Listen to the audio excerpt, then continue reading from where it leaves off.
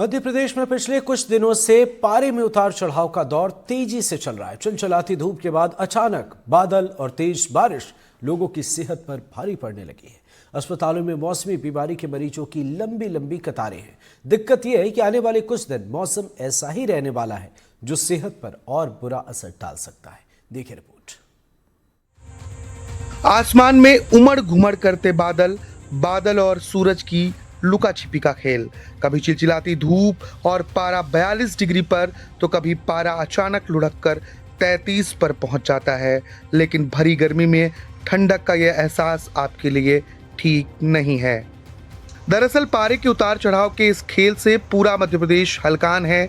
अस्पताल में मौसमी बीमारी के मरीज तेजी से बढ़ने लगे हैं। खासतौर से सर्दी जुकाम, खांसी, उल्टी, पेट दर्द, बुखार, जी मचलने के मरीजों की संख्या तेजी से बढ़ रही है।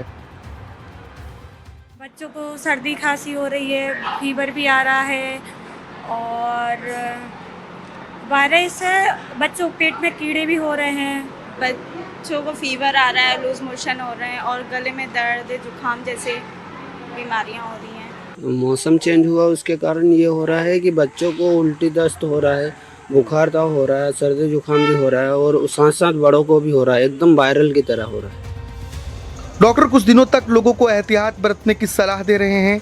जरूरी सेवाओं के लिए शासकीय और निजी अस्पतालों को भी निर्देश दिए हैं ताकि किसी को असुविधा का सामना ना करना पड़े। जब इस तरह का टेम्परेचर रहता है जो बैक्टीरिया और वायरसेस के ग्रोथ के लिए अच्छी होता है, तो हमारे जो कम्युनिकेबल डिजीज़ेज़ हैं वो बढ़ने की आशंका होती है। तो इसलिए हमें सावधानी बरतना बहुत ज़रूरी है। और ये जो है ये टेम्पररी एक समय है।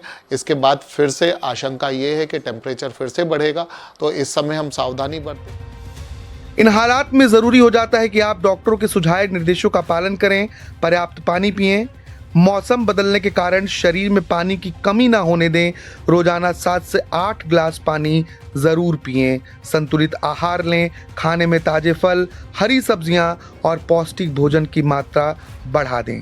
विटामिन सी से भरपूर चीजें जैसे नींबू, संतरा और आंवला आपकी इम्यूनिटी बढ़ाने में मददगार होंगे। पर्याप्त नींद लें क्योंकि अच्छी सेहत के लिए 7 से 8 घंटे की नींद जरूरी है। कम सोने से शरीर की रोग प्रतिरोधक क्षमता कमजोर हो जाती है। साफ सफाई का ध्यान रखें, हाथ धोने की आदत डालें और बाहर से आने के बाद चेहरे को अच्छी तरह धोएं।